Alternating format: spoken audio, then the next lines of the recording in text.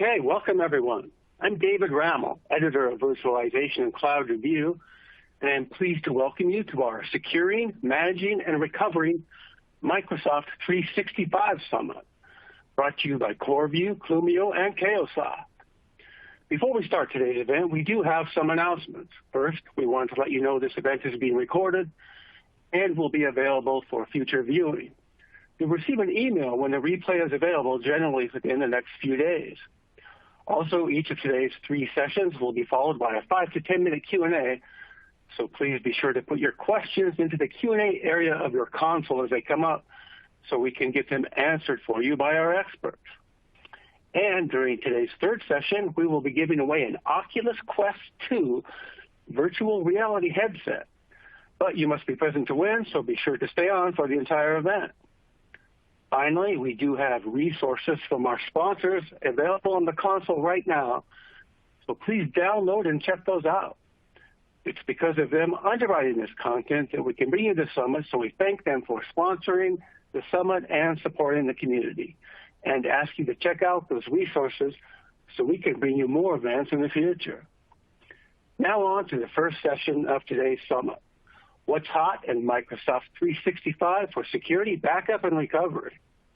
This session features Ben Stejink, owner and chief cloud consultant at Intelligink.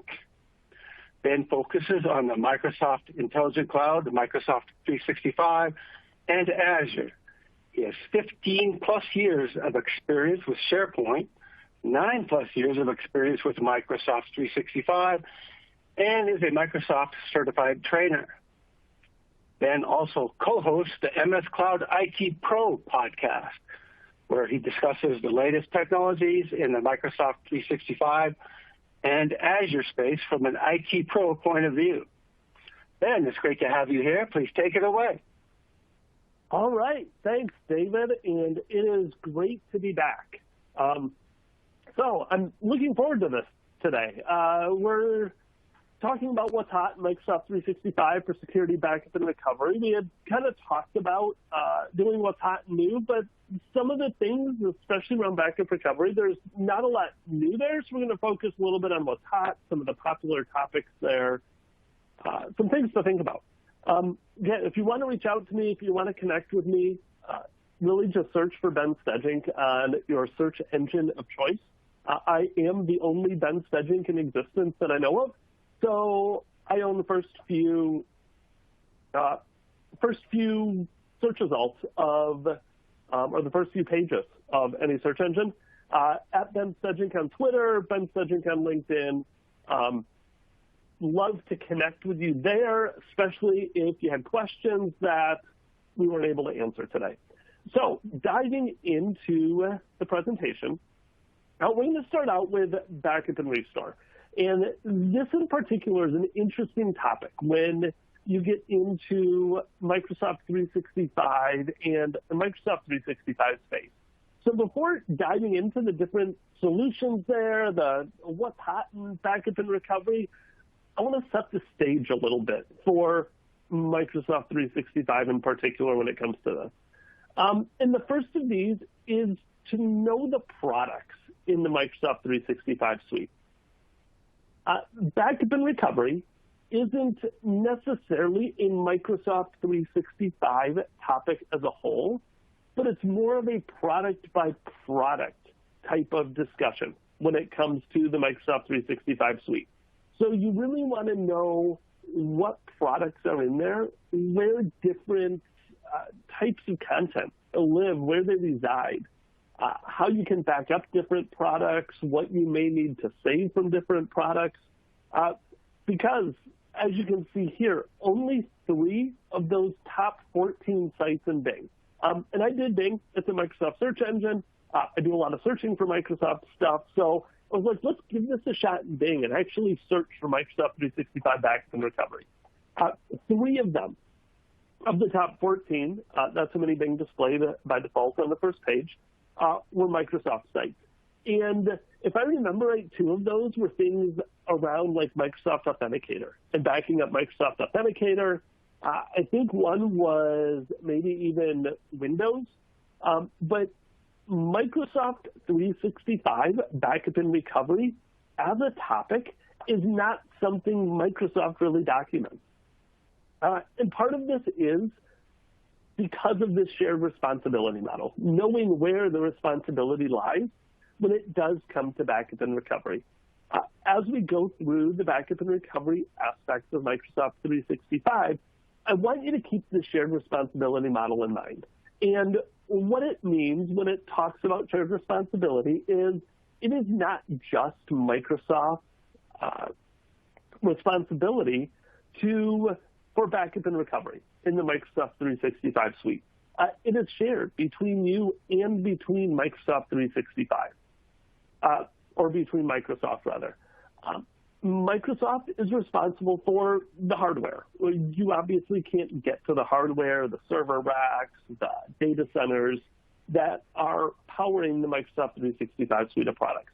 Microsoft is responsible for that hardware. They're responsible for making sure it is available, that they meet their SLAs around availability, that they have high availability in place, that they have disaster recovery plans in place for the data center. If they lose a data center in East U.S. or in West U.S., or they lose one of the Europe data centers, they're responsible for making sure that those data centers have some redundancy in there, that they can keep the services up and running that contain your data. Now, where your responsibility comes into play is actually your data, what you store in Microsoft 365. And as we go through these, we're going to talk about the different products and ways that Microsoft has empowered you as a customer of Microsoft 365 to back up some of your data, to help you protect that data. But we're also going to discover some areas where maybe Microsoft doesn't actually provide the greatest protection for the data itself, and that's where your responsibility lies. This goes back to the knowing your products, knowing where your data is housed in these different products, and how you can go about protecting that data, recovering that data, maybe even backing up that data. So let's jump into the first product, and this is a mix of OneDrive, particularly the OneDrive for Business, the cloud service, the OneDrive Sync Agent, as well as your operating system, your desktop operating system. And this particular feature is the known folder move. You'll see it abbreviated a lot as KFM when you go out and look at the documentation. But this is an aspect of Microsoft 365, of OneDrive in particular, that does allow you to actually automatically back up local files on your machine to OneDrive. This does work on both Windows, Windows 10, Windows 11. It is also now available, I believe it has reached general availability now, for Mac OS. And what this particular service, this product, this mix of features does is if you go into your OneDrive Sync client, either on Windows or on Mac OS, or maybe as an administrator, you've actually gone in and enabled this for all of your users, it automatically backs up folders from your PC up to OneDrive. It's going to back up your documents folder. So Mac OS has a documents folder, Windows has a documents folder.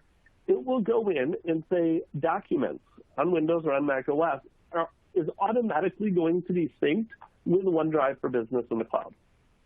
So as people are working on files locally, it can be a transition to get out of just always dumping stuff in your documents folder, dumping stuff on your desktop. What this does is it now automatically takes those folders, uploads them up to OneDrive so that they are backed up, they're saved in OneDrive. So if a user gets a new computer, stolen, it's broken, whatever that may be, those files will remain in OneDrive. They can get a new computer, set up OneDrive, and those files will sync back down to their desktop, to their documents folder. Pictures is another one. This one is Windows only. Particularly, Mac OS treats pictures a little bit differently. You can see the screenshot here has Mac OS with desktop and documents in it.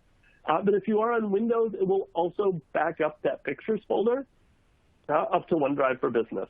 So this is a great feature. Again, you may have users that are just used to always saving stuff desktop to documents. They don't think to go to OneDrive. Turning on this known folder move is a great option for backing up those local files. Those files they may not think to back up to OneDrive themselves. This has actually saved me before. I turn this on when I'm working in virtual machines, when I'm working on other computers.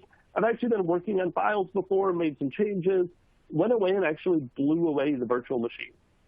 It was gone, but the known folder move had been uploading files that I had actually been not following best practices, saving locally to the documents folder. And I was able to go in, get those files that I had created on that virtual machine, and have them available on my Mac and my other computers that I was working on. So again, great feature. SharePoint, backup and restore when it comes to SharePoint. Again, Microsoft is going to make sure the databases that power SharePoint, that contain your files, are backed up. You can't go in and do the back-end backup of those files.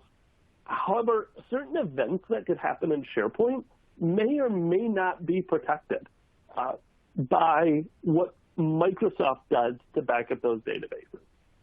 Ransomware is a big one. If your files happen to get encrypted in SharePoint, you can't call Microsoft and open a support ticket and say, Microsoft, all my files in SharePoint have been encrypted. I have ransomware in them. I can't get to them anymore. Can you do a restore from yesterday or 2 days ago or 60 days ago when this ransomware was first introduced? They're not going to do it for you. But they have enabled this library restore. This is a feature that is available both on a SharePoint document library as well as on OneDrive. And what this does is it allows you to go into your library restore and pick a point in time within the last 30 days and do a point in time restore. This is not going to be a file by file restore, but rather let's roll back this SharePoint document library, or let's roll back this OneDrive for Business to 5 days ago. Every file in that library or in OneDrive is going to be restored to that specific point in time. So if you were making changes, editing other files, they will all get rolled back to the point in time. It is a really nice feature. It gives you that 30 days of protection. Unfortunately, if it is more than 30 days, you can't restore to a point in time more than 30 days ago with this library restore. And again, you can't do like a file-by-file restore. The recycle bin is the other feature in SharePoint that does provide some of that backup and restore. This holds files that have been deleted for 93 days. It's essentially 3 months. There are 2 levels of a recycle bin. You have the first stage and the second stage. When you delete a file, when you delete a list item, even when you delete an entire SharePoint list or an entire SharePoint library, that goes into the recycle bin. Excuse me. Getting over a bit of a cold and had a little tickle there. So when those go into that recycle bin, if you delete it from the first stage, as an end user, it goes into the second stage where only administrators of the site have access to. By having that second stage, it does give you some protection against your end users going in and just deleting a file. And again, this is a file, could be a list item, it could be a list or a library as a whole. It could even be subsites. We're going to avoid that. I don't recommend doing subsites, but that does go into that recycle bin. From there, you can always go into these recycle bins within that 93 days, select a file, and do a single file restore from the recycle bin into that document library, that list item into the list. Again, this one's not going to protect against ransomware because it's not deleting the files, it's encrypting them. So this is going to be a file-by-file restore. The other thing that this can be challenging with is somebody goes in and deletes 100, 200, 300 files. You do have to go in and select files one at a time and do that restore. Again, I mentioned this 93 days. It is a 93 days combined total between the 2 recycle bins. If it goes into the first stage recycle bin and it sits there for 93 days, it is deleted for good. It doesn't wait 93 days and then go to the second stage recycle bin. If it's in the first stage recycle bin for 30 days, an end user goes in and deletes it from the first stage recycle bin, it goes to the second stage recycle bin, and it'll spend the remainder of the 93 days in that second stage. So you'll get 30 days in the primary, 63 days in the secondary. It does give you some time to go in and do those particular restores of those files, go in and look at those files that are there.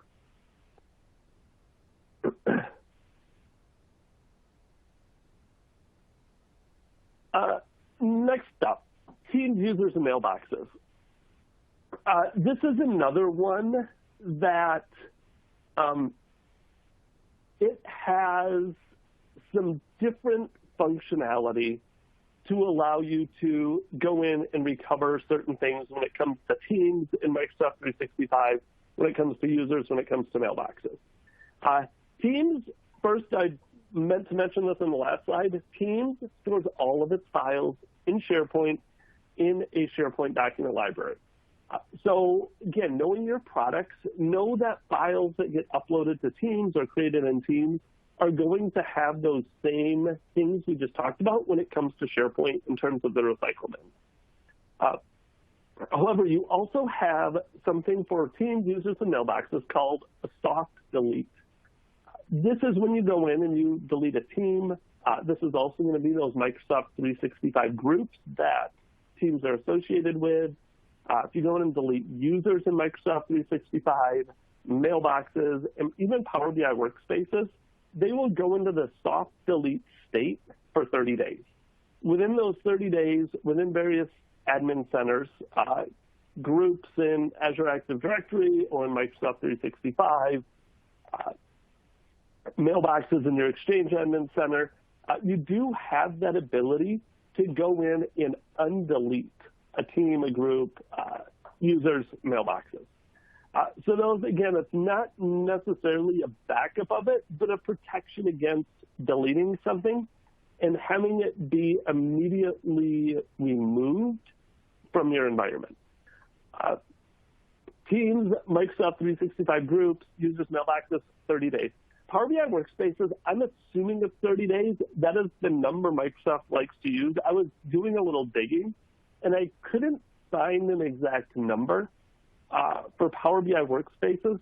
Power BI workspaces are also a little odd in that you have a new version and an old version. Old version was tied to groups.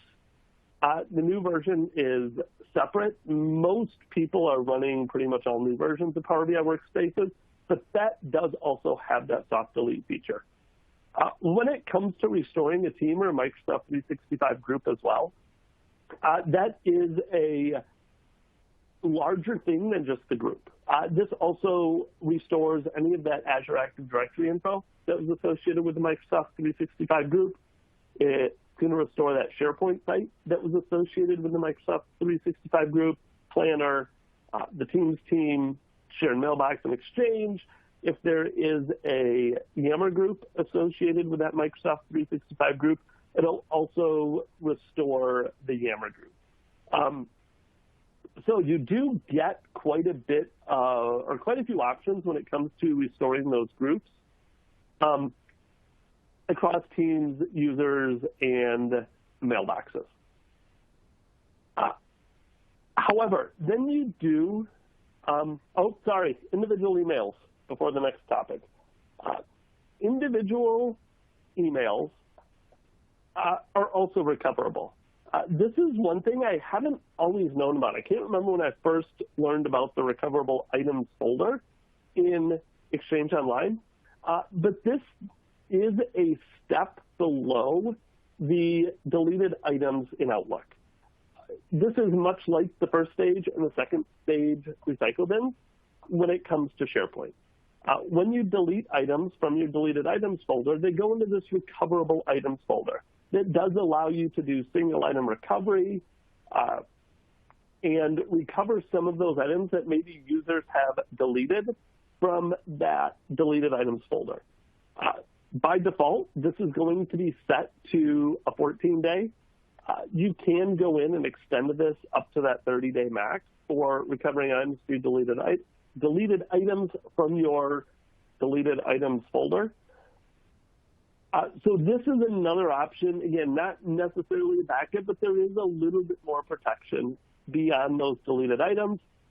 You can see in this particular screenshot as well that if you're in Outlook on the web, you go navigate to it, you go to your deleted items folder, you will see a little pop-up that has recover items that were deleted from this folder. In this case, I had 353 items that were sitting in my recoverable items. So, again, not back in the restore, but does provide that additional layer of protection for those deleted items. Now the bad news. Power Apps, Power Automate, Planner sort of falls in here. I didn't put it on the slide because Planner is a little different. There's nothing there. If you go in and you're working on something in Power Apps or a flow in Power Automate, and you go in and delete it, it's gone. There's no soft delete. There's no recycle bin. You better hope you exported it and downloaded it somewhere or had something in place to protect those. Planner kind of falls into that bucket in that there's nothing Planner specific. Planner is associated to Microsoft 365 groups, so if you go in and it gets deleted as a part of a Microsoft 365 group and you go restore the group, you can get your Planner plan back. But if you go mess up a Planner plan, if you go delete a Planner plan and don't delete the entire group, Planner also would fall into this bucket of there's no backup there. I actually had a moment, it was a few months ago, where I did this. I was working on Power Apps, I was working on Power Automate, thought I didn't need it anymore. I can't even remember the exact scenario I was in, but I went in and deleted it and had this oh shoot moment of it's gone. There's nothing I can do to get it back. Fortunately for that one, the last time I had worked on it, I had taken an export of it. You can go in to Power Apps, Power Automate, export them, save actual files down to your desktop for these, and then you can go in and do a restore that way, but it is that manual process. So I have made it my practice to go in and when I'm done with the Power Automate, when I've made a bunch of changes, actually take an export of it and save that zip file that's exported to a SharePoint site, to a SharePoint site, to a OneDrive. I've even put some of them in GitHub before. But doing something to go in and take a backup of that Power App, that Power Automate, something like Planner isn't quite as easy to take a backup of it. Sometimes you have to get a little bit creative with some of these. So that, again, falls into that first setting the stage of knowing your actions, or not knowing your actions, sorry, knowing your products within Microsoft 365 when it comes to what's backed up, what's not backed up, different ways that you can go in and take those backups. And I am going to... So that kind of wraps up the main Microsoft 365 products. I know there's other kind of smaller products out there. You get things like Bookings, Stream, some of those other ones, those don't tend to contain data. Stream is actually moving into SharePoint. If you've been watching the news around that, Stream V2 is coming where all the videos are going to end up being hosted in SharePoint. So Stream ends up falling into the same bucket as SharePoint when it comes to backups, restores, that type of stuff. So moving into security a little bit. I'll be honest, I struggled with this one a little bit. I'm like, what's new, what's hot, security? How do we tie this into backup and recovery?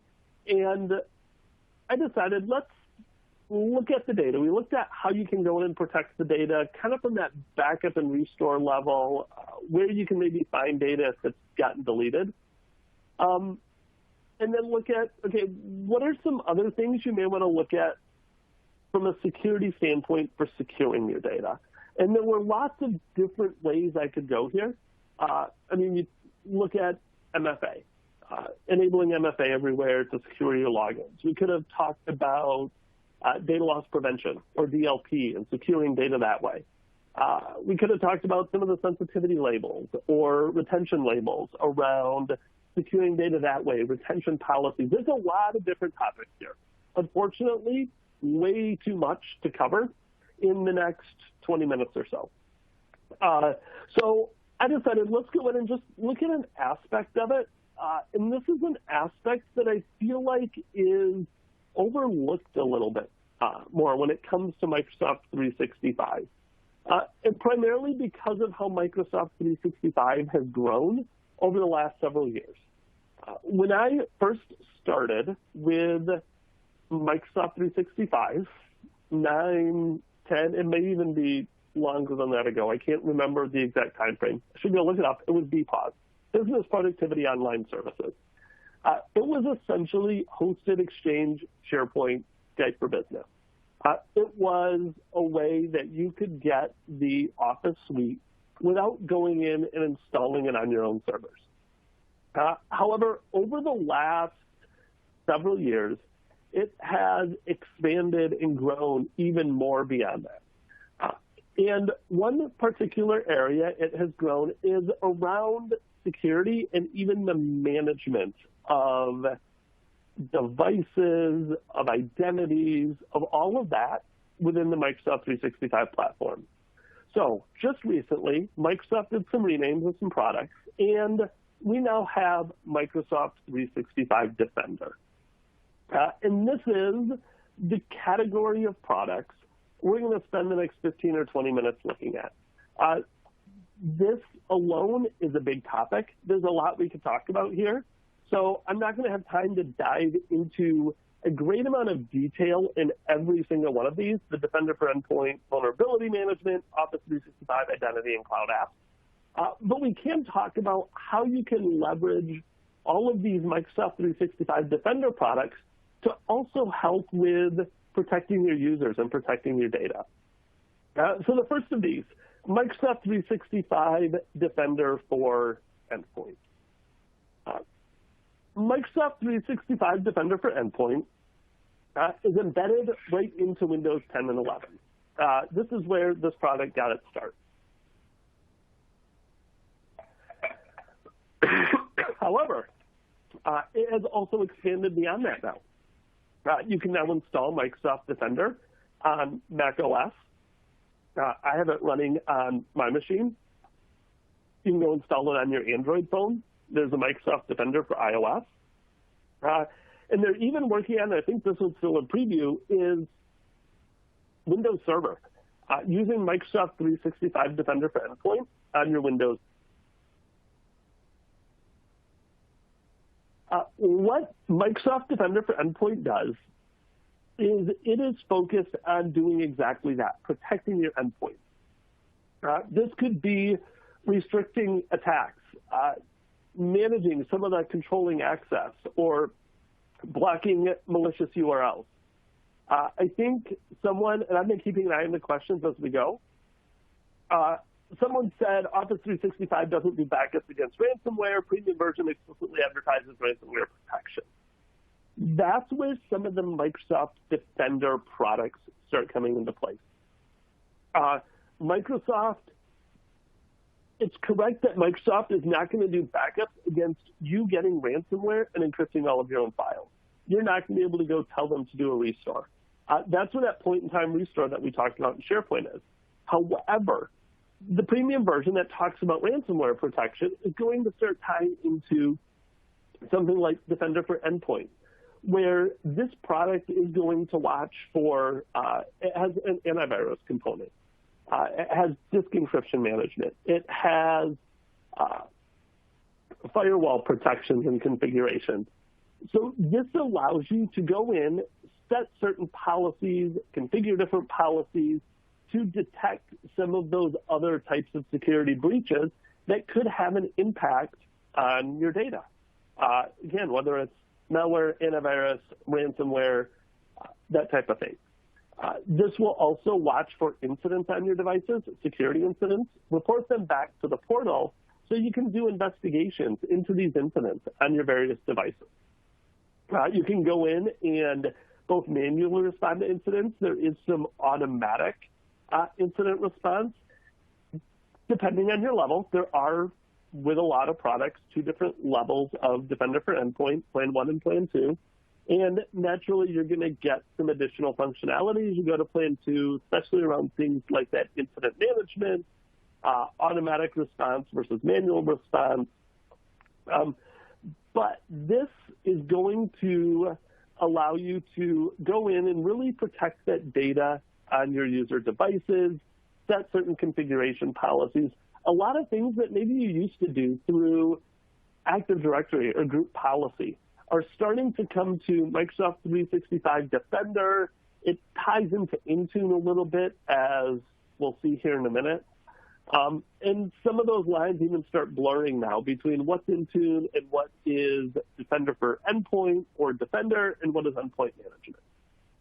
But that's the first product when it comes to that Defender suite. The next one is the Microsoft Defender Vulnerability Management. This is one that is still in public preview. It requires you to go out and actually sign up for the public preview. It's a public preview. It's open to get enrolled, get onboarded into it, but it's not something you can necessarily go in and turn on yourself. The last product, Defender for Endpoint, that we talked about was all about watching for incidents to occur, watching for ransomware, antivirus, or a malicious URL in your environment. Vulnerability management is a little bit more proactive than that. As this rolls out, and I'll talk about the features they've talked about in the public preview that they have documented with the disclaimer that sometimes features and how they're all sliced up into different plans can change when it goes from public preview to general availability. But this is all about watching for vulnerabilities that could be exploited before they're actually exploited in your environment. Watching for people to do things like install certain software that has a known vulnerability in it. Maybe they uninstall software that is supposed to be on their computers to help with protection. And actually, by uninstalling software, they're going to create a vulnerability. It could be a configuration change that they may go and perform on their environment. It's going to proactively watch for those different changes on those devices, look at known vulnerabilities that could be exploited, and give you alerts and let you respond to changes that may happen that could cause vulnerabilities to occur. Now, you'll also be able to create some baseline policies for vulnerability management and measure your risk against certain standards. You can use the CIS standard or the SIG standard to go in and measure how at risk am I based on these certain standards from CIS or STIG. It's going to use some of the artificial intelligence behind the scenes to prioritize vulnerabilities. One advantage you gain when it comes to security in Microsoft 365 is that Microsoft 365 isn't just a security company, but they are a software hosting company. They are looking at attacks and vulnerabilities that could occur on any of the millions of Office 365 tenants that they're hosting. So when it comes to prioritizing these, they may see a certain vulnerability that's starting to get exploited across other Microsoft 365 tenants, and as a result, can bump that up in priority on your tenant saying, this is a vulnerability we're starting to see, we're working on creating a fix for it, this could be antivirus malware as well, or this is a vulnerability you need to pay attention to because we see it starting to get exploited across the suite of products that we host.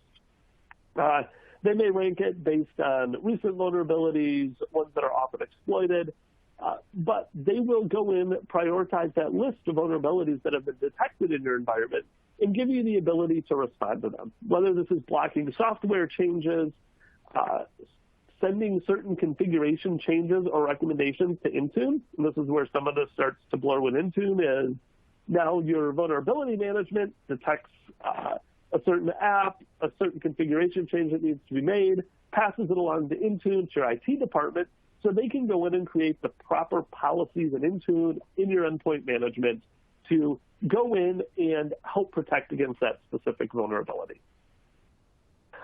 So that is vulnerability management in a nutshell. Keep an eye on that one. I am not in the public preview of that one. It's one I need to go out and sign up for and spend some more time playing with.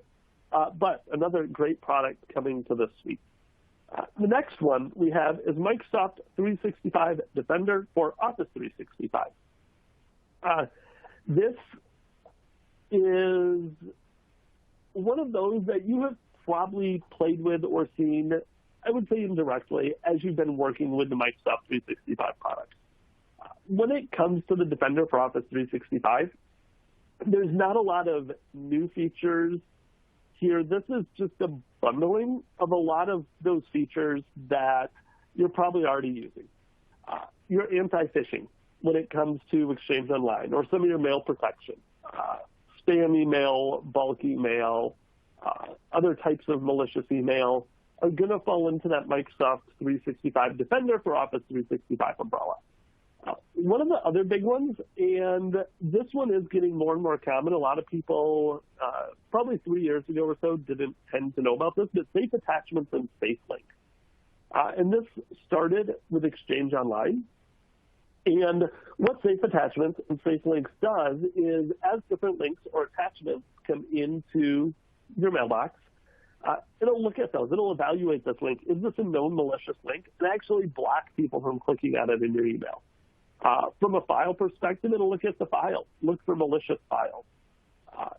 Safe attachments will also, if it can't determine the file or if it wants to do further evaluation on the file, can deliver the email. And if you've used this, you may have seen emails come in where it has an attachment, but you can't open it yet. Microsoft is going in, actually using some of the cloud resources they have to open this file, execute it in an environment, see if there's anything detected in it that's malicious. If there is, it won't ever let that attachment get to your mailbox. If it checks out, everything's okay, it will then finish delivering the email. It'll go ahead and reattach that attachment to your email so you can open it and leverage it. There's a few different settings there around safe attachments in terms of if you delay the delivery of the entire email until it can verify the attachment is safe, or if you deliver the email without the attachment, deliver the attachment later. A couple different options there. Safe links will do the same thing. I don't know if you've ever noticed, when you get a link, you go look at it, and it is a really long URL. When you click on it, it doesn't go straight to the URL. It's routing it through Microsoft 365 Defender for Office 365, verifying that that particular link is a safe link to click on, that you're not going to compromise your machine by clicking on that URL. They have since expanded this to SharePoint and OneDrive, where links that are, or files in SharePoint, files in OneDrive, that's going to be that safe attachments particularly, where it's looking for certain files in SharePoint or in OneDrive that are unsafe and not allowing you to execute those, to go in and open those. It'll also look for impersonation detection when it comes to users and domains. If you've seen those emails that appear to come from your CEO but aren't really from your CEO, it's not perfect. They will still make it through. I've worked with clients where certain impersonation emails still manage to get through. But Microsoft 365 Defender for Office 365 is going to be that protection in that Office 365 suite level, your Exchange, your SharePoint, your OneDrive files. The next one we have, I think this is the fourth one, is Microsoft 365 Defender for Identity. this is going to protect your user accounts, protecting somebody from gaining user credentials to go in and compromise that data. This one has a lot of really cool features under the covers. I will say Microsoft Defender for Identity can be a little bit of a black box in terms of really knowing what it's doing, and primarily because Microsoft 365 Defender for Identity, if people knew how it detected certain activities, it would probably make it a little bit easier to exploit. So Microsoft doesn't necessarily document all the triggers and signals it's using for this. But this one monitors users and their behavior within your Microsoft 365 suite of products. You may have heard of a couple things: risky sign-ins and risky users. By monitoring those users and monitoring their behavior, it will trigger a risky sign-in. And one example of a risky sign-in is, I'm here in the U.S. I sign in from the U.S., and 5 minutes later, I go and sign in from Mexico, or I go sign in somewhere in Europe. What it's going to say is things like, that's an impossible travel situation. There's no way I could sign in from the U.S., 5 minutes later, go sign in from Europe, and actually be the same person. So that could trigger one of those risky sign-ins. Or maybe it's just a sign-in from a location I have never signed into before. It tries to detect when that risk occurs and does things like automatically prompt for MFA. This looks like there might be some risk here with this user trying to access this OneDrive location or this SharePoint location. Let's go ahead and make sure that user is actually who they say they are and prompt for MFA, or even force them to reset their password or block their sign-in until we can validate they are who they say they are, then we can go to them and block it.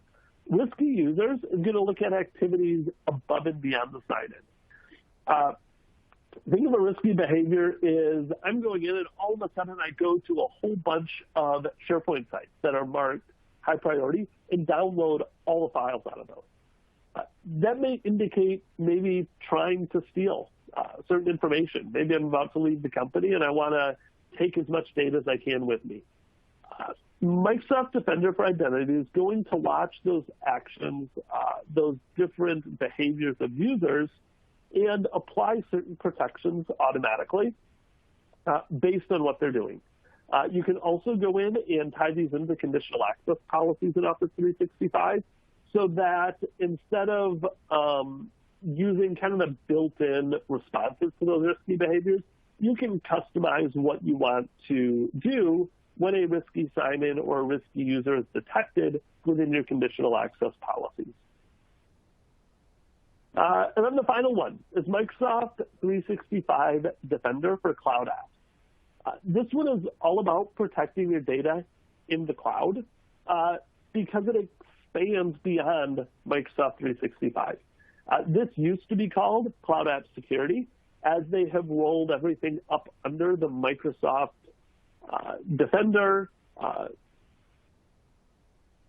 title. Defender for Cloud Apps has become Microsoft, or Cloud App Security became Microsoft Defender for Cloud Apps. What this is, if you've kept up with different security features, this is a Cloud Access Security Broker, or a CASB. What this does is it watches as your endpoints, again, Mac OS, primarily Windows. This works a whole lot better on Windows than it does on Mac OS. Watches what your users are doing and actually acts as a proxy as they're going and performing different actions. This can go in and enforce certain security policies, and it can't do it just in Microsoft 365, but also beyond that into Dropbox or in the Box or AWS. As your users are working with documents on their computers and trying to potentially upload something to Dropbox or upload something to AWS storage, and it's detected as sensitive information. Maybe it's HIPAA, PII, whatever that data may be, it can use those other security settings, sensitive data that you've defined, policies that you've created within Microsoft 365 to protect your environment and your data from being uploaded to a application or to a cloud location that isn't approved or sanctioned. This can watch a whole bunch of them. You can actually go in and mark different applications, whether it's approved or unapproved. So maybe you do allow Dropbox for certain data, or Box is one of your approved applications. You can say, you know what, we've detected it, we'll go ahead and allow that. This also helps with that discovery of shadow IT.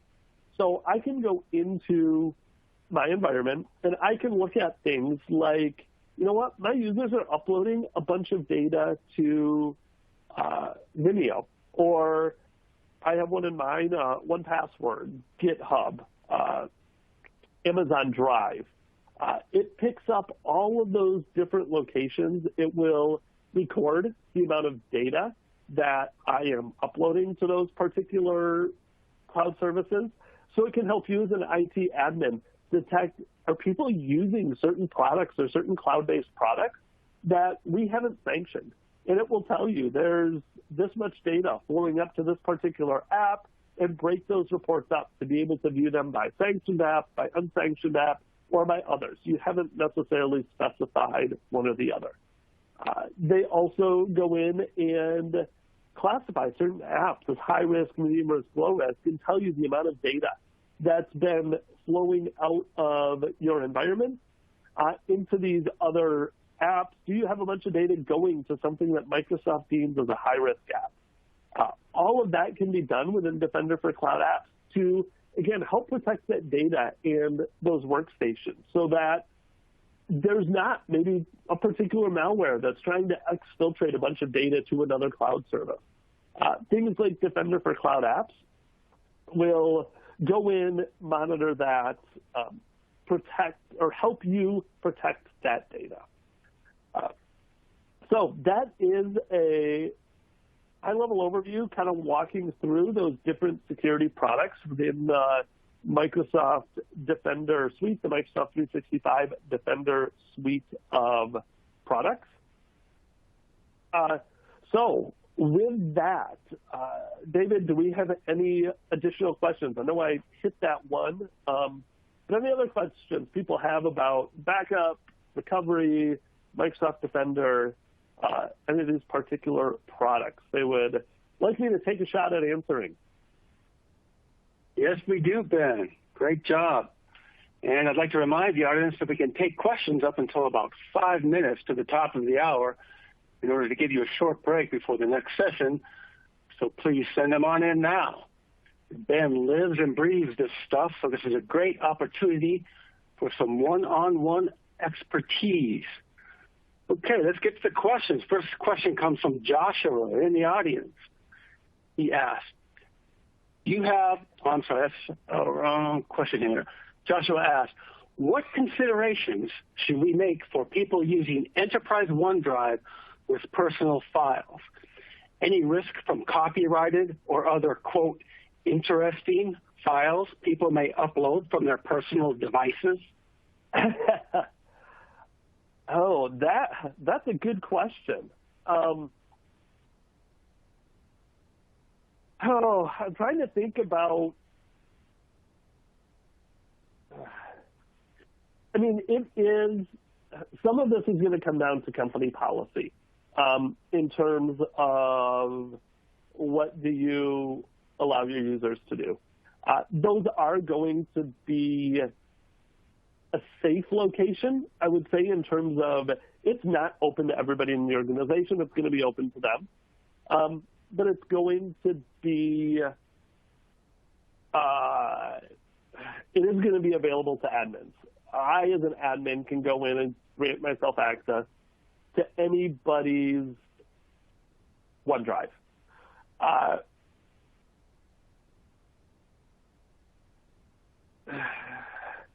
I don't know that if you have your policies set up right in terms of do you allow personal files on a work laptop or is it only for work files?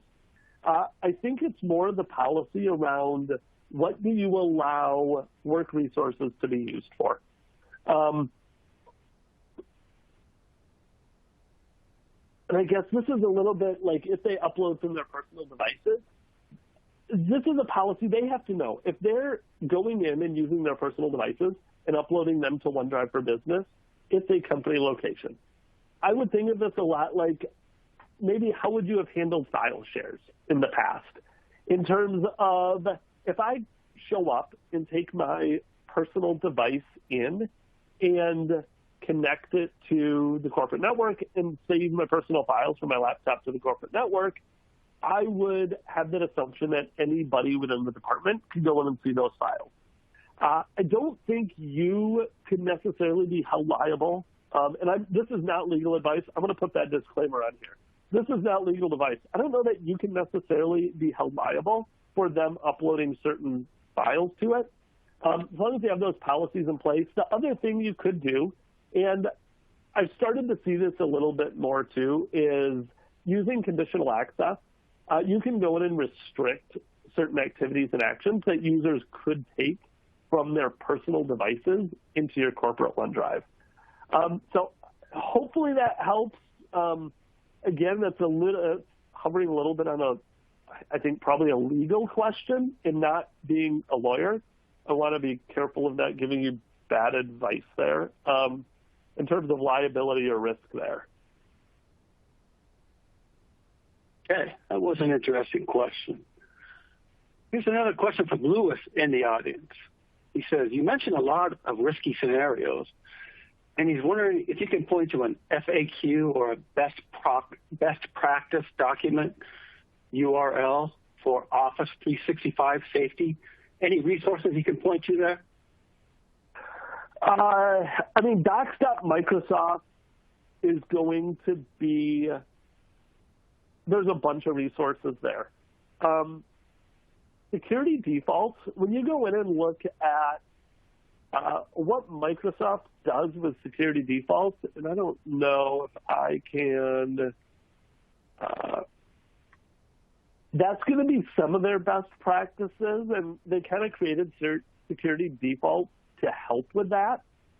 And I can throw this link, throw it in the chat, David, and maybe someone can post it out there. Security defaults is kind of that default security level. The other thing I've used is if you do go in and look at the CIS benchmarks, I have a lot of clients that kind of use that as their best practice for what security stuff could be turned on. And the CIS benchmarks, they actually have some in there for, and I'll throw this in the chat as well, David, so you can send this one out there. If you go look under their solutions, they do, I believe, have something out there, and that's what happens when I get put on the spot. I can't find it right now. Around Microsoft 365 and Azure, in terms of their recommendations for those security best practices. Here it is. They have Securing Microsoft 365 Benchmark, and you can go download that benchmark and look at what their checklist is. They have a step-by-step checklist to secure Microsoft 365. So that is one of those primary resources people use from that security standpoint for those best practices.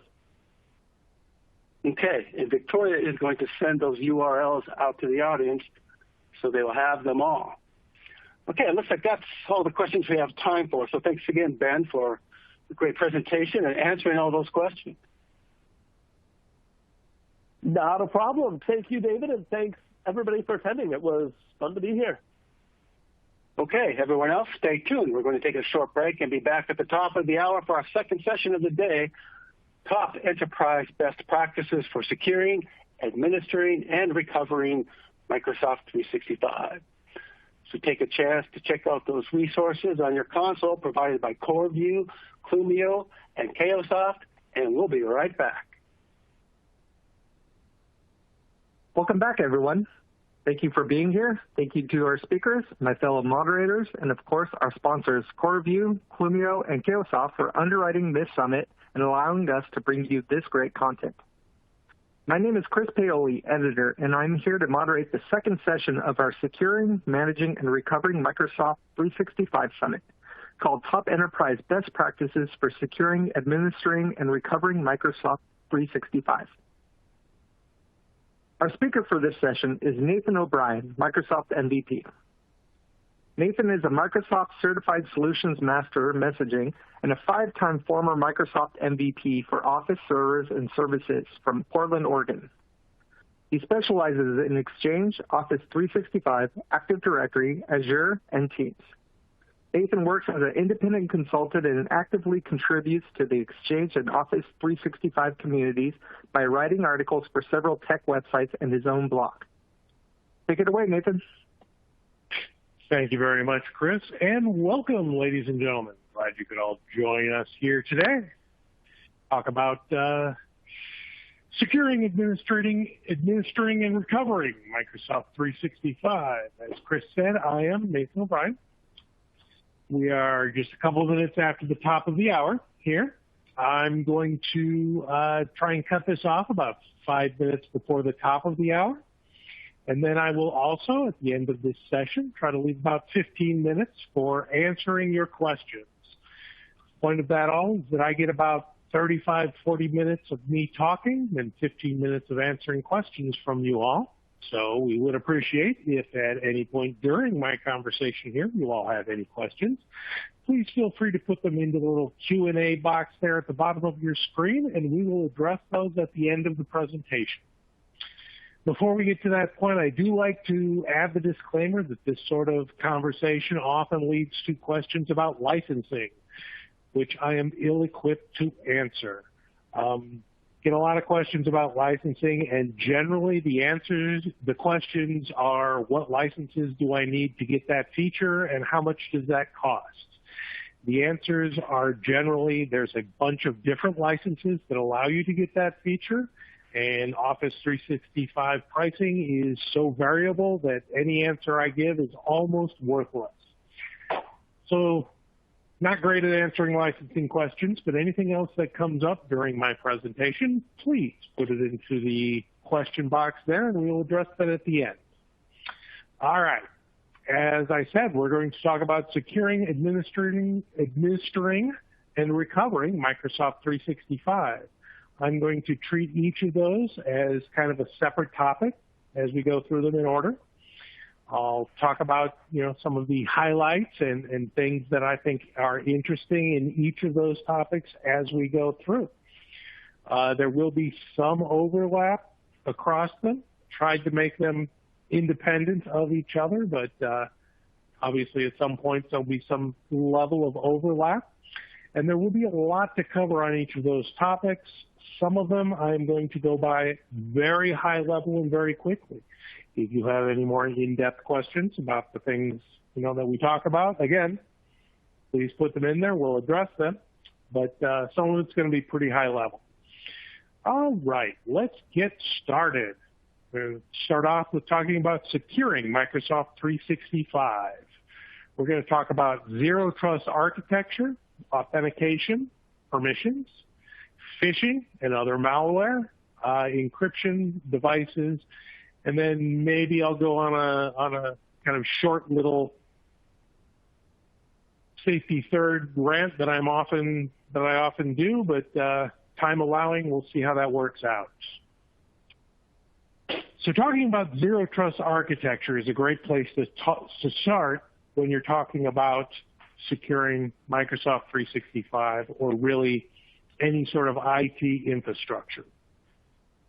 Zero trust architecture is kind of the new cool buzzword that we all want to focus on in IT security. But really what it's about is kind of realizing that the way that we used to do IT is pretty different than the way that we do IT now. Back when I started my career as an IT guy in the early 90s, pretty much we all had our data centers and our IT infrastructure that were behind firewalls, and that was all our secure environment. Everything inside of it was trusted and secure, and then everything outside of it was insecure and not trusted. Anything coming in had to go through our firewall, as probably anything going out. did as well.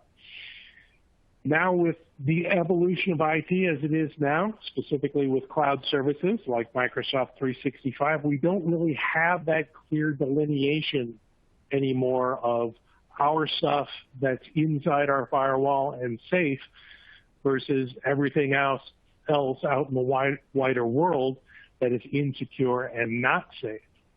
So really, zero trust architecture is about addressing that complexity and realizing that it's now our job as IT security type people and IT administrators and stuff to focus on securing every possible link in the chain all along the way, so that if there does happen to be a breach at any point, we can contain that breach and kind of contain the damage that it does to whatever that specific weak point that was breached is, instead of worrying about the big outer walls that surround everything. We have to worry about smaller walls around each and every part of our IT infrastructure. Also, kind of extending that, it's important to understand, specifically when you're talking about Microsoft 365, your responsibilities to secure your data versus Microsoft's responsibility to secure the infrastructure. It can be difficult sometimes for organizations to wrap their heads around, that different way of doing things, because Microsoft isn't certainly going to stop by your office and explain to you what they feel they're responsible for and what they feel you're responsible for. That's all, couched in the wider terms of service across Microsoft 365 that, frankly, you would have to be insane to sit down and read the entire thing. It's huge, ever-changing, wildly legalistic language that doesn't make a whole lot of sense for anyone. In general, though, it's kind of the guide rule that I use for that is if you have buttons and switches for it in your portals, in your Office 365 environment, then it's probably your responsibility to control security for that. But the things that you can't see and you can't control are probably Microsoft security, the overall security of the servers or the Microsoft infrastructure and network, not something that you have to or even can really worry about. But your data that you put up into Office 365, that your organization maintains in Office 365, is pretty much your responsibility, along with who accesses that data and how they access that data. That's all your responsibility to take care of within Office 365, Microsoft 365.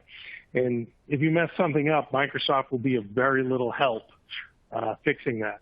So please keep that in mind as you go about your administrative journey through Microsoft 365. Securing authentication, next big thing that we want to talk about in kind of securing your Microsoft 365 is authentication. Big flashing banner there should be turn off basic auth. Basic authentication, kind of that, pop-up that says put in your username and password, that's very much going away from Office 365. Specifically, as we are speaking now, live, within Exchange Online, that will be removed within the next week or two, I think. There will be no basic auth connections into Exchange Online at all happening very soon. The ways to disable basic auth do vary through the Office 365 services. It's different in Exchange than it is in SharePoint or Teams. And then we're not going to have time in this session to go into great details of how to do that in these different services. But I do highly recommend that you investigate basic auth in your Office 365 tenant and turn it off wherever possible. If you find somewhere where it is not possible, where turning off basic auth breaks some sort of service that you are using and your organization is dependent on, then I very strongly recommend you find a solution for that as quickly as you can, because Microsoft is going to get rid of basic auth. ADFS, password hash sync, pass-through authentication, or cloud-only accounts. These are different ways that your organizational accounts can be authenticating into Office 365, and they all have various impacts on the overall security of your Office 365 tenant. I'm not really saying that one is necessarily better than the other, but I am going to say that Microsoft's feeling and their kind of design ethos around Office 365 assumes password hash sync. Password hash sync is secure. I do have, it has often come up with customers asking me, if it's secure to send your passwords to Microsoft. That is not what you're doing. There is actually, I wrote a blog post on my blog, mcsmlab.com.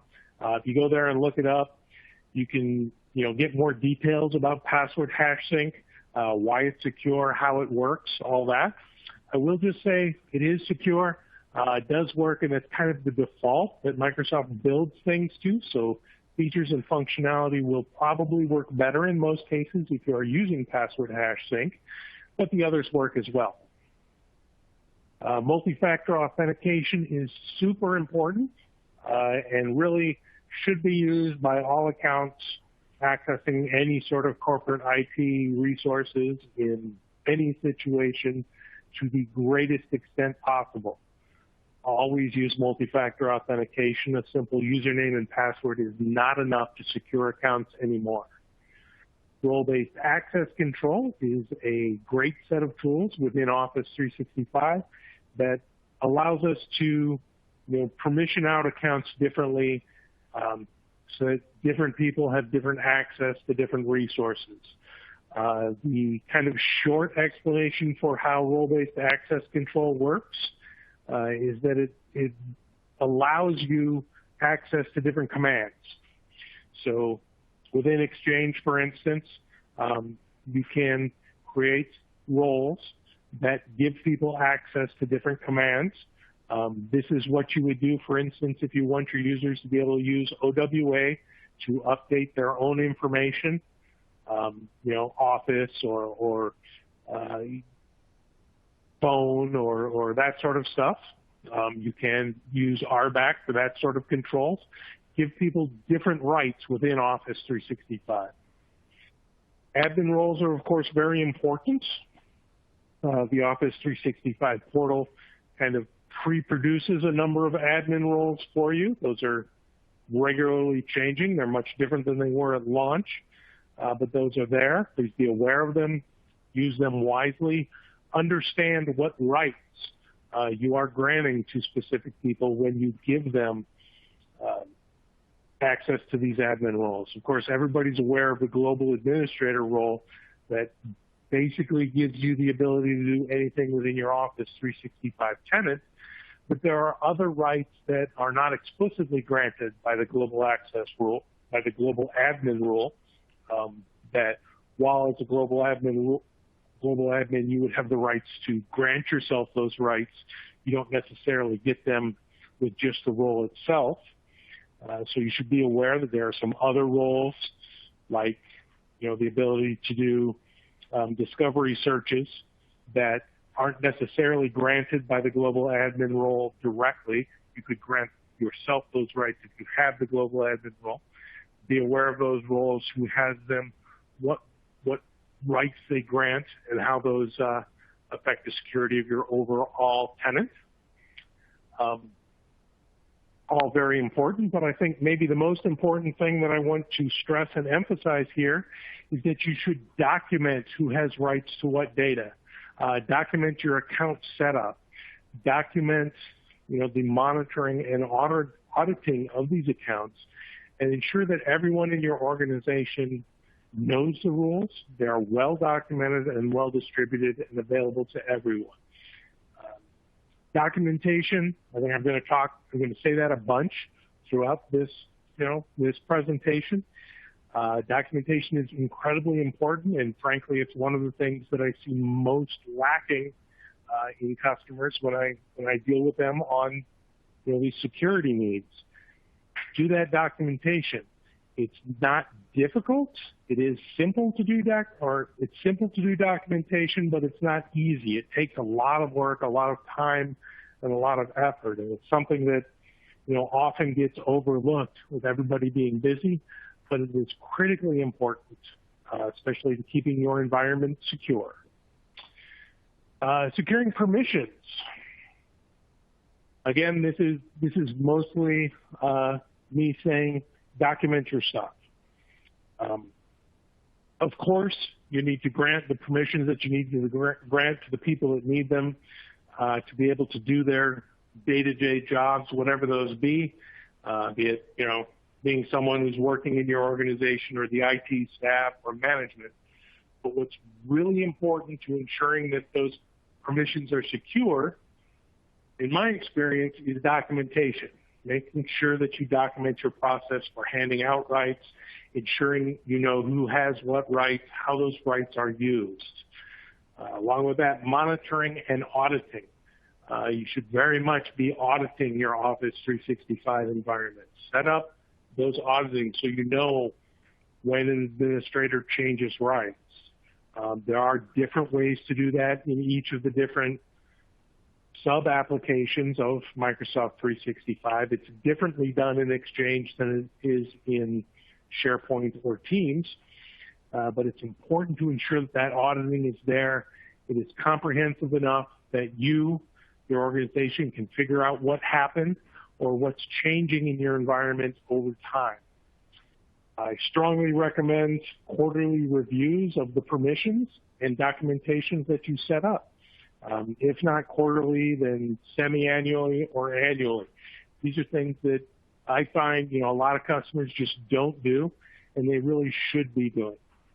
Make sure you have your documentation, make sure you're reviewing that documentation regularly, and make sure you're reviewing the implementation, I guess, of those policies. Incredibly important. Securing against phishing. So phishing attacks are, if we have to pick a single most common threat to Office 365, Microsoft 365 security, it would be phishing. Email sent to users, and they click on a link and end up giving away permissions. Phishing is the most common attack vector in Office 365 tenants. The best combat for that is training your users. Again, like documentation, that takes a lot of time. It takes a lot of effort. It's not necessarily super hard to do, but it's one of the things that, again, really is easy to overlook with all of our busy schedules. Vitally important that you train your users, that your users understand what phishing is, what a phishing email looks like. They need to understand all that, and then they need to be tested on that.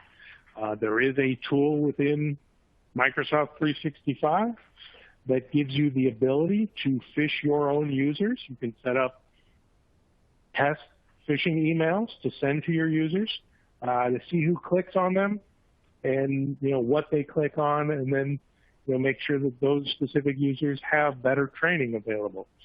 There are also third-party applications that provide that functionality. Some of them are certainly more comprehensive and feature-rich than what's provided for you in Microsoft 365, so that may be the way that you choose to go. But definitely I would recommend using that. Phish your users. Of course, the safe links and safe attachments features allow you to hopefully make your email a little more secure by examining those emails automatically through Microsoft automated systems, the AI systems, checks that attachments are safe, detonates them in a safe area to see if they do anything bad, and much the same way with safe links. Protecting. It's important to understand how spam protection works. Again, not going to have time to go into all kinds of great detail about how, Exchange Online Protection or other spam and antivirus protection features work. be those first-party Microsoft solutions or third-party solutions. But I think it's very important to understand how those systems work, what they're doing, what they're looking for, so that you can use them to their best effect to protect your organization. And then last, protect those admin accounts. Things like privileged identity management make it possible for us to have administrative accounts that don't have administrative rights on all the time, and that can be helpful, but maybe it's still a good idea, even if you're using privileged identity management, to have separate admin accounts so that those admins aren't being phished with admin rights. It doesn't take much to accidentally click on the wrong junk email and cause your organization all kinds of trouble. So be very careful with those admin accounts. Moving on, securing encryption. So again, encryption is a huge topic and wildly different across Office 365 and the different services. So we're not going to have a whole lot of time to dive into it too terribly deeply. But I do want to emphasize that there are a lot of different types of encryption that are available within Office 365 or available external to your Office 365 tenant via third-party add-on sort of things. It's important to understand the types of encryption that you are using, understand what they do, how they work, and what they're intended to protect against. Setting up a TLS connection for email flowing between two different Office 365 tenants is pretty useless. You can do it, but as that email never really leaves Microsoft's infrastructure, doesn't go out onto the wider internet, encrypting TLS between two different Office 365 tenants doesn't necessarily do anything for you. And that's really what I'm talking about. Understand the different types of encryption, what they give you, what their strength is, what they're meant to protect against, and where they really fall down. Understand the difference between encryption at rest, when a file is just sitting there on a server somewhere, versus encryption in transit, when data is moving throughout a network or the internet. Understand, when a connection is encrypted, when your Outlook client is encrypted or your Teams client is encrypted, connecting to the service, all these different scenarios. It's important to understand how it works, how encryption can work in different situations. And then storing and recovering encryption keys, it's important to understand, if you're going to use encryption, obviously that involves encryption keys, and you need to understand where the keys are stored, how they're protected for the various types of encryption you're using, who has access to them. Anything in Microsoft 365, Microsoft ultimately does have access to. So if you're using some sort of encryption that's baked into Microsoft 365, understand that there are circumstances where legally Microsoft is obligated to go in and access your data, even though it is encrypted, and give it to governments or different entities. It's important to understand that. If that's the sort of protection you're looking to have against, then make sure that Microsoft doesn't have your keys for that. Encrypt your data separately from Microsoft, that sort of thing. Moving on, securing devices. Again, kind of back to that zero trust architecture thing we were talking about earlier. It's important to understand that the devices connecting to your Office 365 tenant can be an issue. They can be an avenue for security breaches.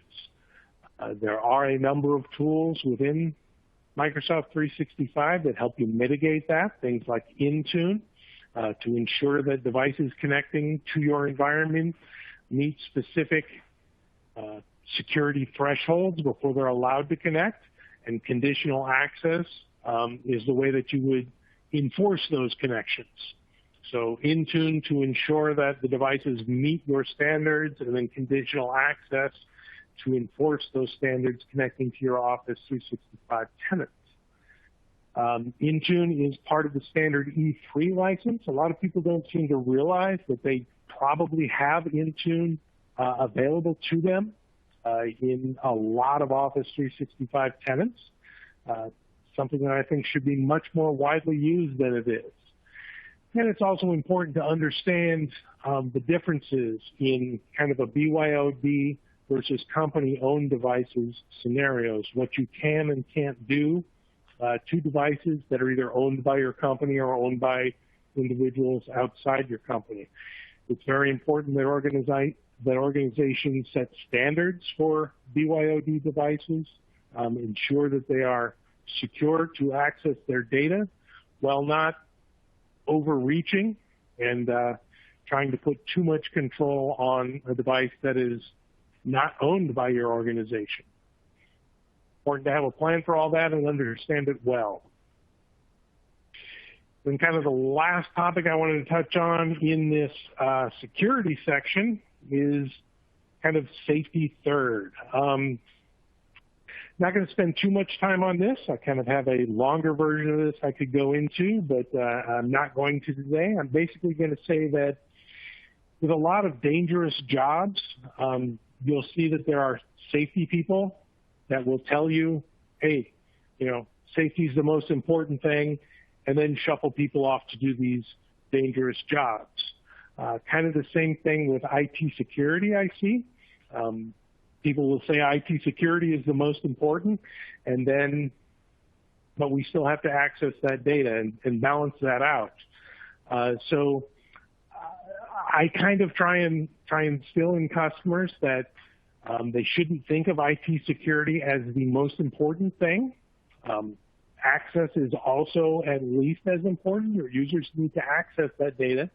And if you're trying to secure that data so much that it's making it difficult or impossible for your users to do that job, then you're not really adding any benefit to your organization. So don't think of security as the most important thing. It is important, but it's not really something that you can rank. It's not more or less important than having that access to your data. Users need the access. Think about how to make both of those situations work in your environments. All right, let's move on to administering Microsoft 365. We're going to talk about management portals, PowerShell, user self-service, and then very briefly, pretty much just to the point of mentioning it, we're going to talk about Graph. So administering Microsoft 365 with management portals, this part should be fairly easy. I think we all know portal.office.com is kind of the main hub where you can get to all the administrative portals for Microsoft 365 in your tenants. I think what's important to say about that is those portals are not terribly static. They are ever changing. There's ever new features and functionality in Office 365. And even when the features and functionality in Office 365 aren't changing, kind of the portal management of how you access those features is often changing. All I can say here is, read the update messages as much as you can on what's changing in your Office 365 kind of portal and management system, understand it, and spend the time working with it. I know it's kind of a pain that everything changes so often, but it's also a great opportunity for us as IT professionals to prove our value to our organizations. Reviewing, making sure that you are up to date on all those changes and making sure that you understand them and everyone in your organization understands them and how they work. Some administrative actions are not available in these portals, which brings us to PowerShell. Again, different services in Microsoft 365 work differently. Exchange has been 100% PowerShell based since Exchange 2007. That is to say that every single thing that you could do with an Exchange server since Exchange 2007 has been available in PowerShell. You could do that with PowerShell. That's not necessarily the same for SharePoint. I don't believe, at least it didn't used to be.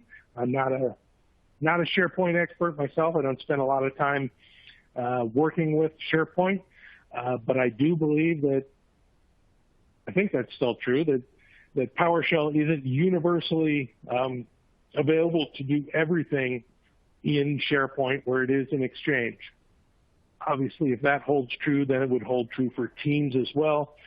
Teams is basically an integration of other services across Microsoft 365, so there's definitely SharePoint aspects to that, and I assume some of that can't be done within PowerShell.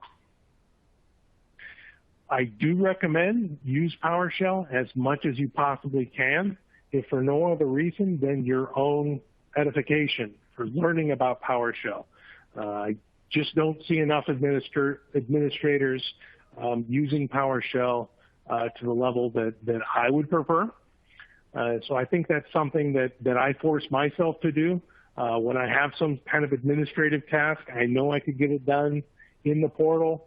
I will often go to PowerShell and kind of force myself to continue using PowerShell, even when it's maybe not what my first preference would be, just to get that familiarity, to keep up with it, to keep using it.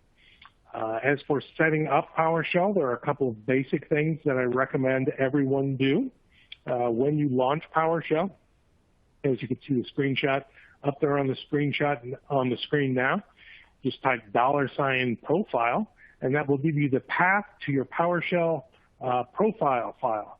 That path that specific file may or may not actually exist at that path. If it doesn't exist, you can just open up Notepad and create it, and then put it in that location. Then when you launch PowerShell, basically that will be the first script that runs within PowerShell, your profile, and it will set up your PowerShell environment in a way that works for you. Some of the things that I always do with my PowerShell, I set it to open to a specific folder. That folder you can see up there on the screen. I use a OneDrive folder where I keep a bunch of PowerShell scripts that I regularly work with.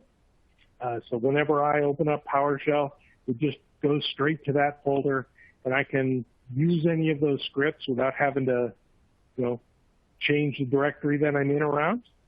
I find that very helpful, along with connection scripts.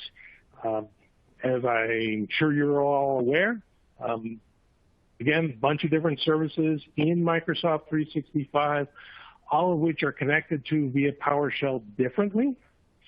It's an incredible pain to remember all the requirements and everything you have to do to connect to Exchange versus SharePoint versus Teams versus all the other services.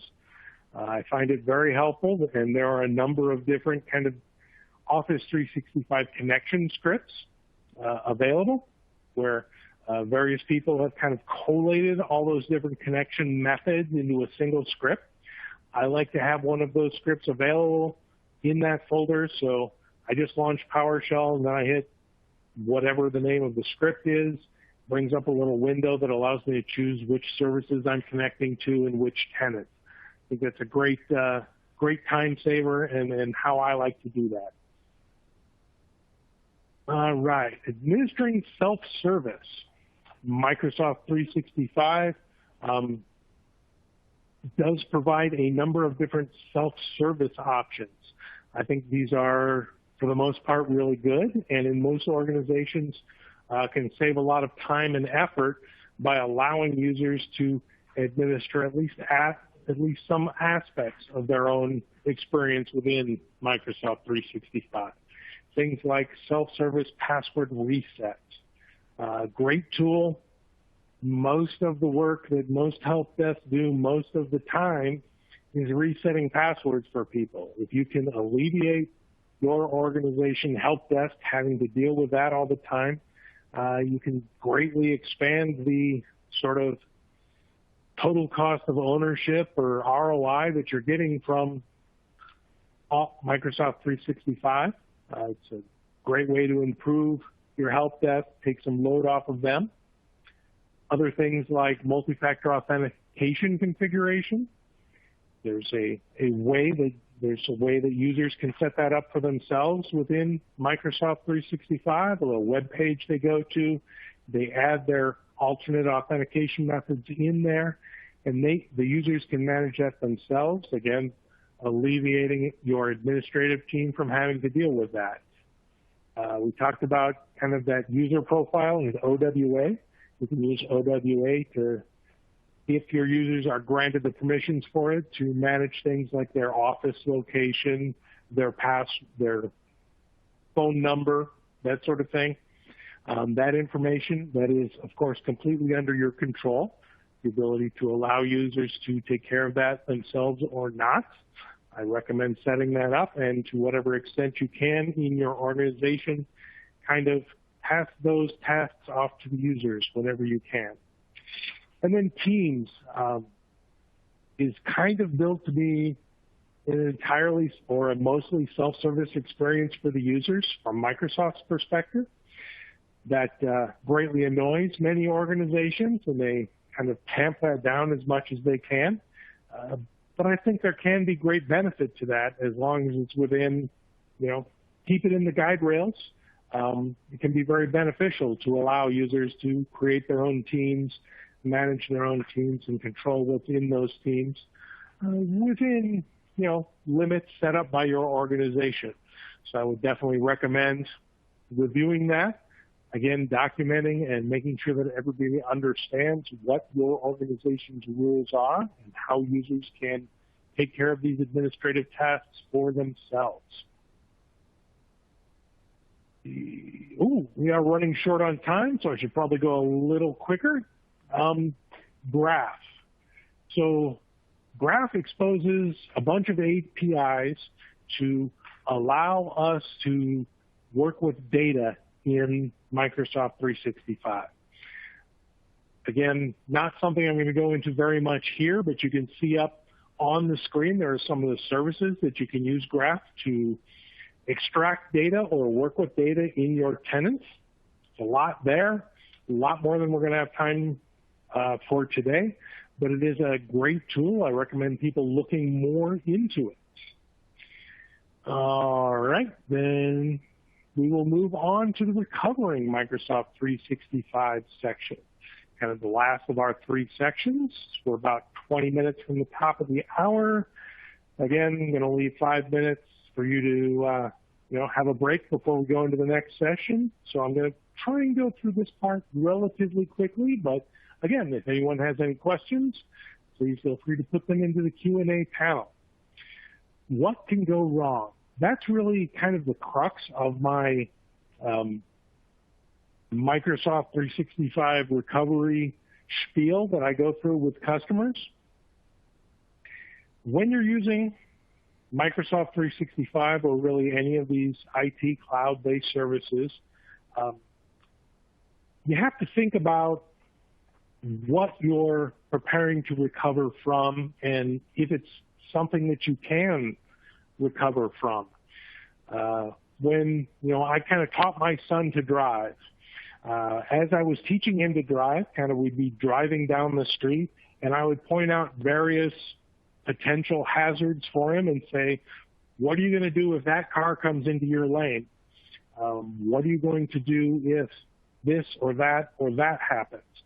Kind of to train him to keep his eyes open and to be aware of the circumstances and be prepared to deal with things going wrong. I think that's kind of how you should approach recovering your IT services. Know what can go wrong. What are you going to do if a user deletes a super important file? It's generally a pretty easy solution to that sort of thing, but some of the scenarios can get more complex and can be out of your control.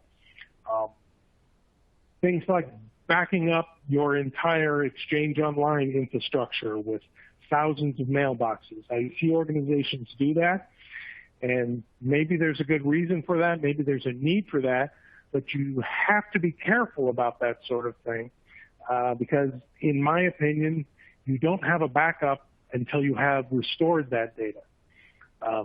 And if you're backing up a huge amount of data in Microsoft 365 to someplace else, where are you going to restore that data to if Microsoft 365 becomes unavailable? It's pretty unlikely that you're going to build yourself an entire offline Exchange or SharePoint environment to contain all that data. Being prompted to leave time for questions, which is probably a good idea, so I'm going to go a little bit quicker here. Azure AD, kind of the most historical cause for the large Microsoft 365 outages we've seen. I think Microsoft has pretty well figured out how to scale that Active Directory to handle this huge environment, but that's been the big outages we've seen. Definitely you want to audit everything you can. You want to understand how to recover from different scenarios if these things come up. Going a little quick here. Again, if you have questions, please feel free to put them in. Recovering Exchange Online, again, audit logs. That's an important point that I repeat across all of these services. It's much easier to recover from outages if you understand what happened. If the CEO of your company calls you and says, I had this super important file or email that was in this place and now it's gone, it's much easier to recover and to ensure that sort of thing doesn't happen again in the future if you know what happened to that file or that email or whatever is missing. Auditing is how you do that.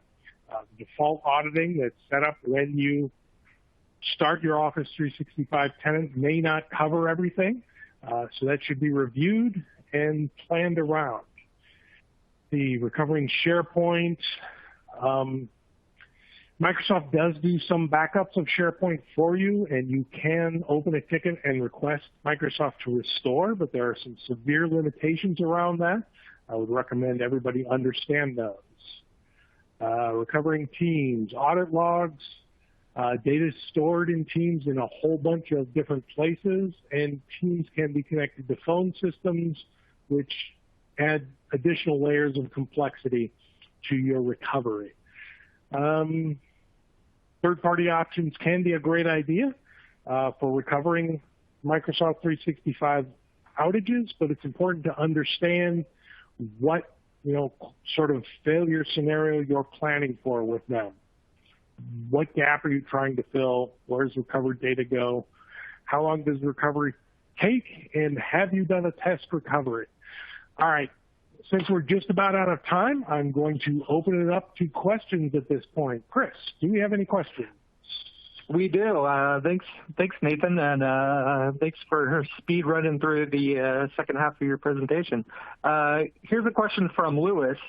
Given the emphasis on security, do you have any thoughts on the Office 365 settings to allow the sign-on once a particular Windows profile and allow it to authenticate all other Office 365 services?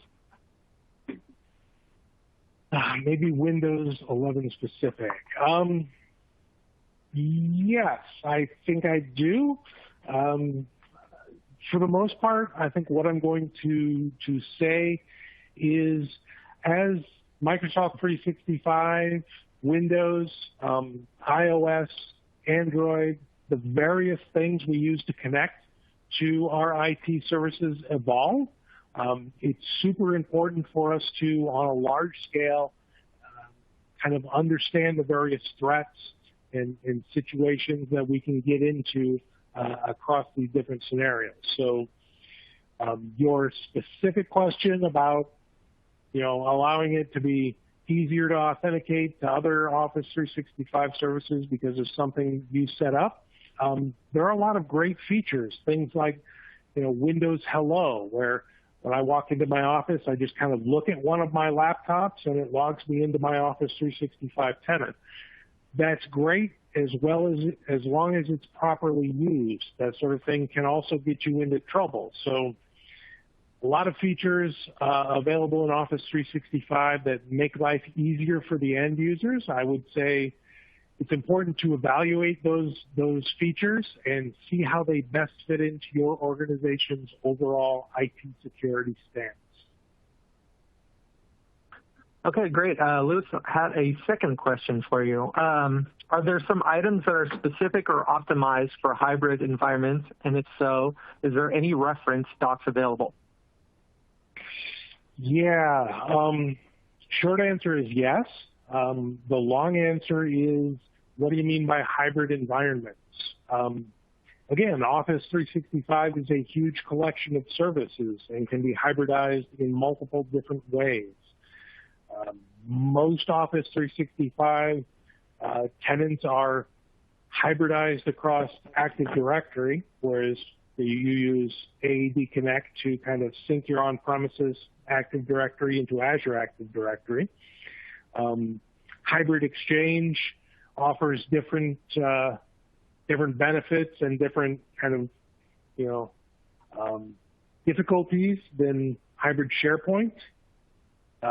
Teams isn't really something you can hybridize itself because there's no on-premises Teams, but kind of it is because you can connect phone systems, or you could still have Skype actually in kind of islands mode connected to your Office 365 tenant. So there is a lot of information about kind of hybrid environments, optimizing it in different situations. I would have to say, if you have something more specific, especially around Exchange, I can certainly be, or Active Directory, I can be more helpful with specific questions.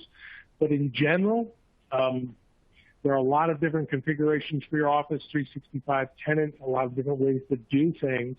And it's important to kind of understand the full scope of features and functionalities that you are both gaining and kind of threats that you're opening yourself up to with different configurations.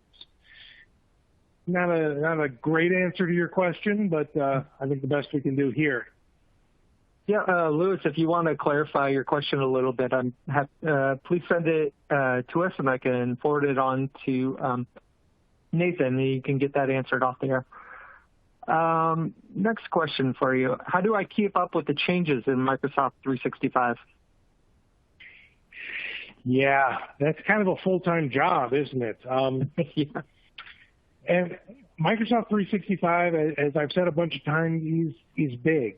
It's really big, mind-bogglingly big, such that I think at this point it's very difficult for any one person to claim expertise across Microsoft 365.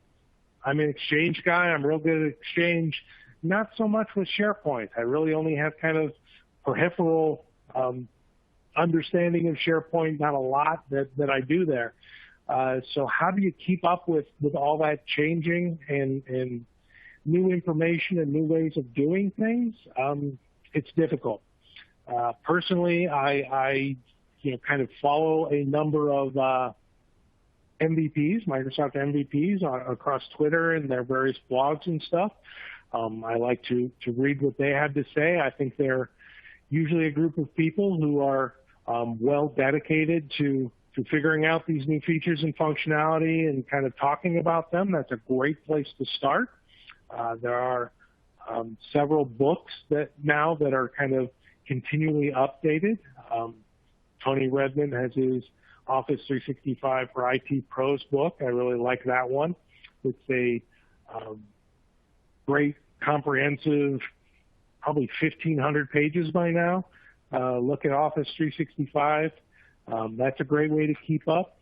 And then in your admin portal of Office 365, there is a constant stream of notifications you'll see in there that's often telling you about new features and functionality. It's really dry and it's really hard to pay attention to, but that's a good source of information as well to kind of follow up with what's new and changing in your tenant.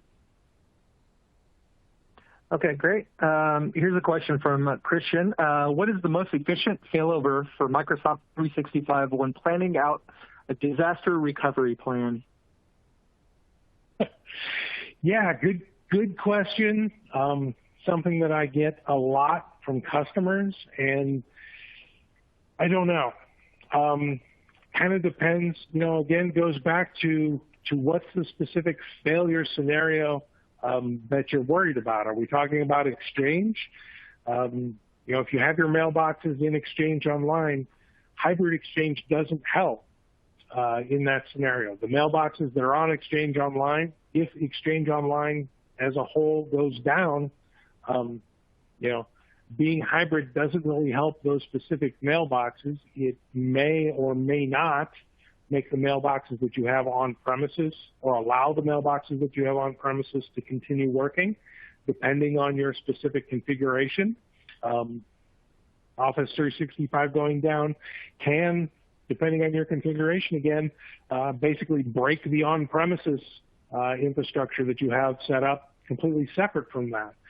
So my advice really, again, on kind of any sort of recovering or failover situation with Microsoft 365 services is to really war game it out, kind of be real specific about what am I going to do if this breaks. Maybe that's the network connection that your hybrid Exchange server is using to connect to Exchange Online, or maybe that's a user's mailbox disappears, or a user deletes a couple of files from OneDrive, or maybe it's everybody can't log into Office 365. There are a lot of different potential failure scenarios that could happen, and I think really the best way to prepare for them is to just sit down and think about everything that can go wrong and then have a plan. What are you going to do if this or that happens? And it's okay if sometimes the plan is wait for Microsoft to fix it. That's going to happen. If all of Office 365 goes down, there's probably no way that you can replicate everything your organization has in Office 365 in a timely manner somewhere else. So maybe the answer is just wait for Microsoft to fix it. Here's a related question. Do I need a third-party solution to back up Microsoft 365? So Microsoft will tell you that you don't. Microsoft works very hard to, ensure that their environment is robust, isn't going to go down. And if there is a situation where a user does something silly to remove some of their own data, there should be multiple ways to recover that data in most cases. Truth is, that's not 100% true all the time. And I think there are justifiable reasons that organizations turn to kind of third-party backup solutions for Microsoft 365. What I tend to warn customers about, though, going down that route is just kind of blanketly buying a Microsoft 365 or Exchange Online or SharePoint Online or Teams backup solution, putting it in place and trusting that that's going to solve all your problems. It's very important, if you're going to use a third-party kind of backup solution, that you do test recovery. If you're backing up 10,000 Exchange Online mailboxes to a huge database, to a huge backup file somewhere, that's great. You have that data, but you can't really use it. It would be incredibly difficult to stand up a 10,000 mailbox environment on premises to restore that data to. So it's not really a worthwhile backup if you can't restore it. Guess what I'm saying is test everything, make sure you understand what's going on, and prepare for every scenario. That's about all the time we have, though. Yeah, looks like we're just about at the top of the hour. Thanks so much, Nathan. Thank you.